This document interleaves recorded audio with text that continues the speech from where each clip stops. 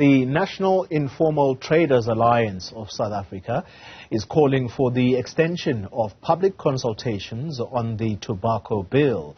According to the bill, informal traders will only be allowed to sell a whole box to a customer, not single cigarettes. However, the association says the move will have a devastating impact on informal traders. And let's speak now to the president of the Informal Traders Association of South Africa, Rosheda Muller, who joins us now to chat more about this particular bill. Let's thank you very much for your time, Ms. Muller. Let's start with what your problem is with the bill in its current form. What kind of impact would it likely have on the sector if passed? Good morning, and indeed it's a great concern for us as a national movement representing informal traders that the impact would really be adversely affecting our membership. As you know, informal traders are across the length and breadth of South Africa. At every corner, at every taxi rank, you'll find our members, our traders. And one of the most sellable product is the single sticks of tobacco.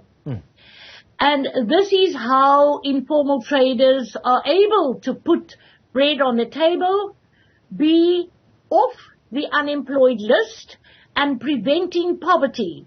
So the impact is going to be very grave, and we as the organization has been calling for an extension of time for submission and further direct consultation with government with regard to the effects. Okay, let's talk about the consultations. You've already mentioned that you're calling for an extension. My understanding is that 60 days is what you are asking for. Are you saying that there has been no consultations, or you need a further extension in order to put your case on the line or on the table?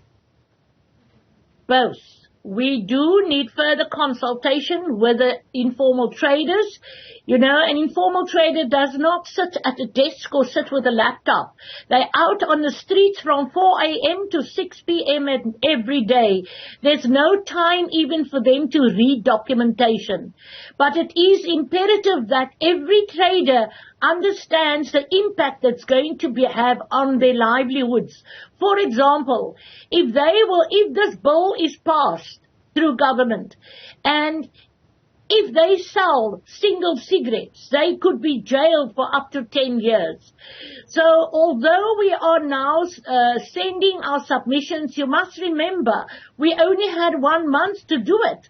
It's far too little, and our own organizational consultations need to take more time. That will take more time. And also we want to speak to government, to parliament, even to a portfolio committee, to have our voices being heard, to explain to them that they are not realizing the national effect it will have on our informal sector. As we conclude the conversation, you've mentioned there the punitive aspect. If indeed this bill is passed, 10 years in jail for someone who is caught selling a single cigarette. That's, if I understand you correctly. Based on that, what do you think the government is trying to achieve with this bill in its current form? Is it to try and stop people smoking? Well, let me upfront say, we are not an organization that promotes smoking. Yeah. We do acknowledge the harmful effects of smoking. However, tobacco products are legal products. And if we can just reflect on the COVID-19 period, when cigarettes were banned, the high rate of illicit cigarettes that flooded the country, and who was the loser? All that revenue could be plowed back into an enabling environment for informal traders to operate better.